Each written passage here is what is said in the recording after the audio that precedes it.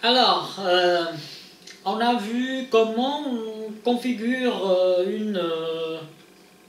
un routeur et le paramétrer. Maintenant, on va essayer de configurer un équipement réseau.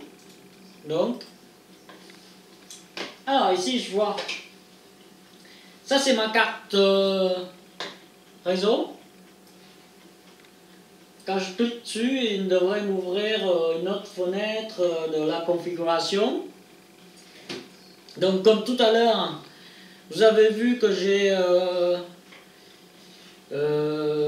présenté rapidement l'onglet DHCP. Donc normalement il est préconfiguré, tout ce qu'il faut pour que ça marche.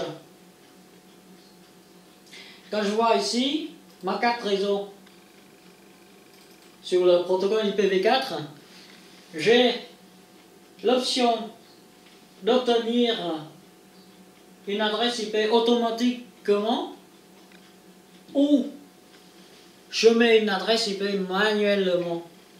Parce que si c'est moi l'administrateur, c'est moi qui gère mon réseau, donc c'est moi qui configure les adresses IP des équipements.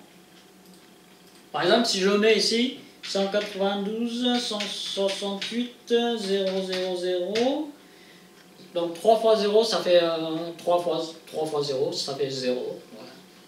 Il y a une expression française aussi, 3 fois 0. Hein. Et je mets 159. Voilà. Le masque, 3 fois 255. La passerelle, c'est 192.168.0.254. Parce que tout à l'heure, j'ai changé l'adresse IP du routeur en 254. Ah, si je mets autre que 254, ben, il ne va pas pouvoir aller sur Internet parce que ben, c'est la porte de sortie. Hein, donc c'est le serveur qui fait sortir, qui fait sortir entrée de la communication sur Internet et au réseau local. Sans oublier le serveur DNS, on va expliquer plus tard ce que c'est un serveur DNS et son rôle. Mais ici, c'est le même qui fait. Voilà. Donc, warning. OK. Parce qu'en fait, je viens de configurer. Enfin, tout à l'heure, il avait une configuration. Donc, maintenant, on va essayer pour voir si on a Internet. Bingo, j'ai Internet.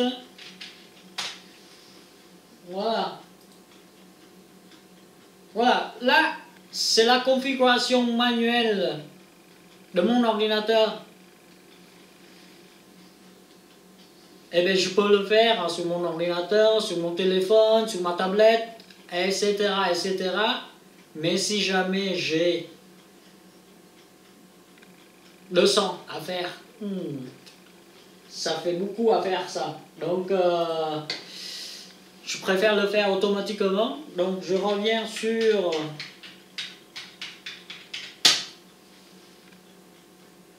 allez, là. Hop.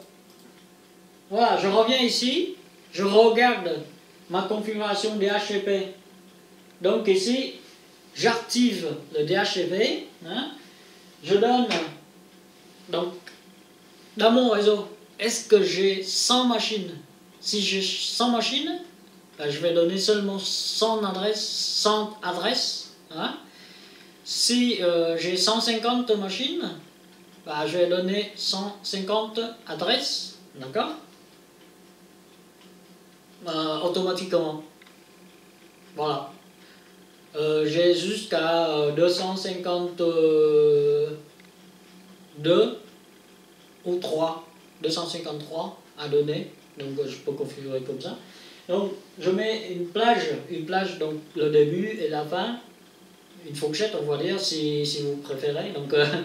Donc, enfin une plage, le langage correct professionnel dit c'est une plage.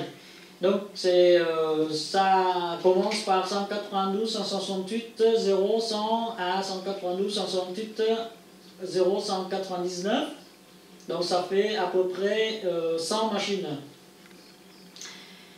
Et on s'expliquera les détails plus tard, d'accord? Donc là, maintenant j'ai le serveur DHCP. Je reviens sur ma carte. Maintenant, par défaut, toutes les machines sont configurées pour obtenir une adresse IP automatiquement. Voilà, il va dans le réseau et il demande s'il y a quelqu'un qui peut lui donner une adresse IP. Et heureusement, il y a le routeur qui sait faire. Donc, il va lui donner une adresse IP. Voilà, on va regarder ici. À nouveau. Et quand je clique sur le bouton détail, j'ai voilà, des HTTP activés. Donc je demande une adresse IP depuis mon serveur DHCP. J'ai une IP distribuée. Tout à l'heure j'ai 159 manuellement. Maintenant automatiquement on me donne 113. Le masque, la passerelle, DHCP, DNS, etc. Voilà. Et c'est comme ça que je peux aller sur Internet. Voilà. Hein? Donc là, c'est rapidement comment on paramètre manuellement ou automatiquement les équipements du réseau pour obtenir une IP puis naviguer sur Internet.